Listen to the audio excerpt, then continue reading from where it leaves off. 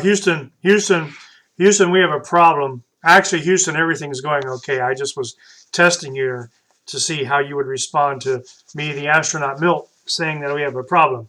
Well, hey there, friends. We don't have a problem. Everything's going great here with space. I have my space astronaut hat on today, and I'm letting you know that everything is good here in space. I'm just a bit spacey. Ha! However, you got to know it is hard for me when I look out the side of my helmet, my space astronaut hat here. I can't always see what's going on around me, so I actually have to turn my head. My peripheral vision is not as good, so I'm not aware of what's happening around me so much. Maybe you've heard the phrase, "You've got your head in the clouds." Did you ever hear that phrase? You've got your head in the clouds. You ever hear? Well, what's it mean to have your head in the clouds? Does it mean that you're floating through space and through a cloud like an astronaut might be doing? Well, actually not. The phrase "to have your head in the clouds" means to be daydreaming, to be absent-minded, to be unaware of what's going on around you. You are just somewhat aloof, or you're so fanciful to the point of being unhelpful or counterproductive. You're just not being actively aware of your present situation.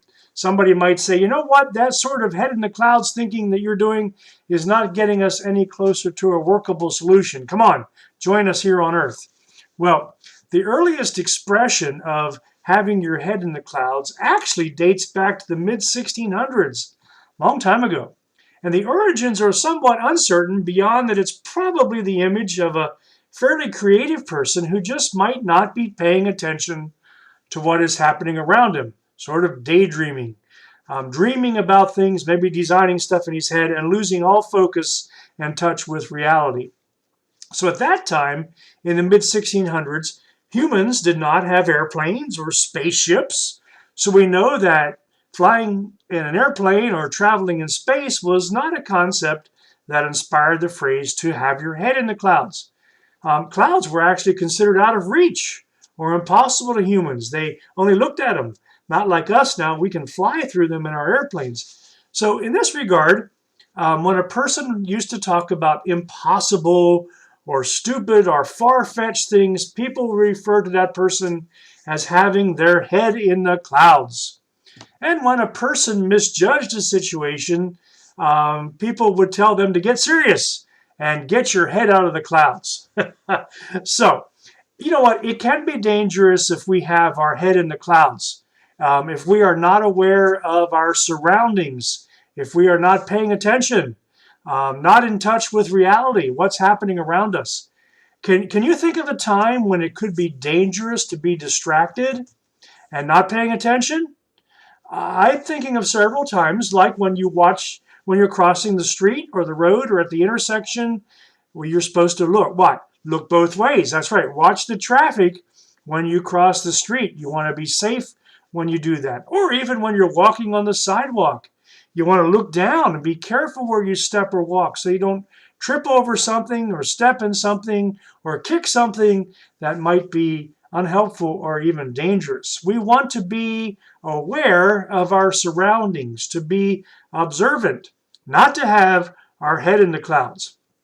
Well, you know, as followers of Jesus, we also want to remember what Jesus told us about his return. And he sort of said, you know, don't have your head in the clouds. He said this in Matthew 24. So keep watch, for you do not know on what day your Lord will come. You must understand something. Suppose the owner of the house knew what time of night the robber was coming. Well, then he would have kept watch, and he would not have let his house be broken into. So you also must be ready, for the Son of Man will come in an hour when you don't expect him. The Apostle Peter in chapter 1 of 1 Peter says, so be watchful and control yourselves completely. In this way, put your hope in the grace that lies ahead, for this grace will be brought to you when Jesus Christ returns. And the Apostle Paul in 1 Corinthians 16 says, be on your guard, remain strong in the faith, and be brave. In other words, get your head out of the clouds. Watch what's going on around you. Be very aware that Jesus will return. We want to be ready. We don't want to be thinking about some other things and not paying attention, but we want to be aware of what is happening around us. Well, you all have a great day. I want you to be aware of what's happening. Look before you cross the street. Watch where you walk. And always remember that Jesus is coming again, and we want to be ready for his return. Keep your head out of the clouds. Have a day filled with joy and a day filled with peace.